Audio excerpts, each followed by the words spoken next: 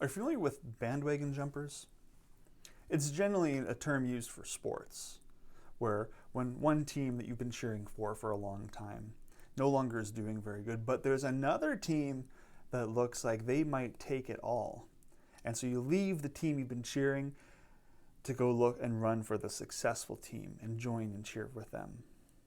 Now, as a lifelong Blue Jays fan and a longtime Edmonton Oilers fan, my bandwagon that I've been sitting on has not been very crowded for a long time.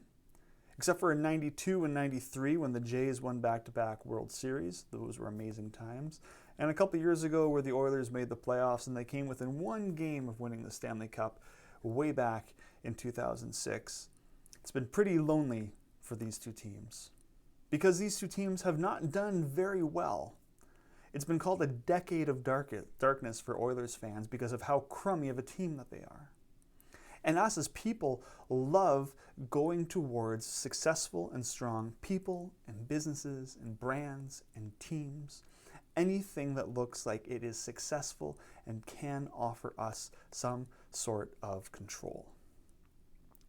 When Jesus was born, angels came and worshipped and heralded him. There was kings and princes that came and bowed down to worship him and bring him gifts. But after reading the scripture passage from today, we see that people are still kneeling down before Jesus. Only this time, instead of bringing their gifts, they're delivering blows to the face. They whip his back and they put a crown of thorns on his head, and blood pours down. They mock him and hail him in the most unflattering ways, and Jesus is humiliated. He's humiliated in front of the presence of Pilate and all of the Roman authority. And as the guards are looking at this crumpled heap of a man, and they look to Rome, it's pretty easy to look and see who has all the power here. Who offers the most security? Who is worthy of worship? This man in a heap or this powerful ruler?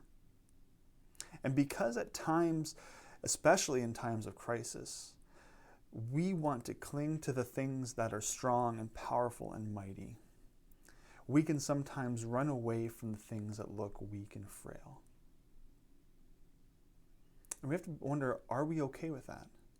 As we look forward to Easter and what Easter brings and the resurrected God that we get to worship, we can't wait to be able to worship that, because Easter Sunday means that even death has been defeated. There is nothing to fear anymore. However, we can't worship the resurrected King and neglect the humiliated King. In fact, we find that they are one in the same. In the book of Revelation, the Apostle John is writing down the vision that he is seeing. And in his vision, he hears a voice, and he turns to look to see who is speaking, expecting to see his friend Jesus in all of his glory there. He turns and he looks, and instead he sees a lamb that looks like it has been slain.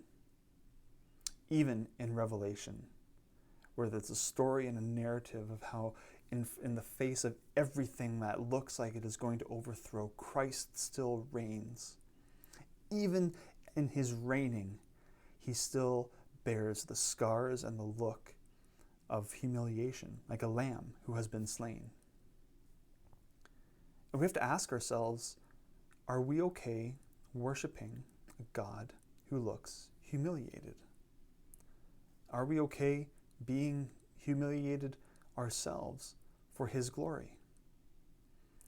Later in Scripture, the Apostle Paul writes, if we want to share in his life and his resurrection, we must also share in his death and humiliation. They are one and the same, and they are part of our story as believers. In fact, this season of Lent has allowed us to release the things that we thought would give us control and power. And as we release them, we find that our hearts are softened and available to run towards Jesus, who isn't afraid to be humiliated for the glory of God. Grace and peace, guys. We'll see you back here tomorrow.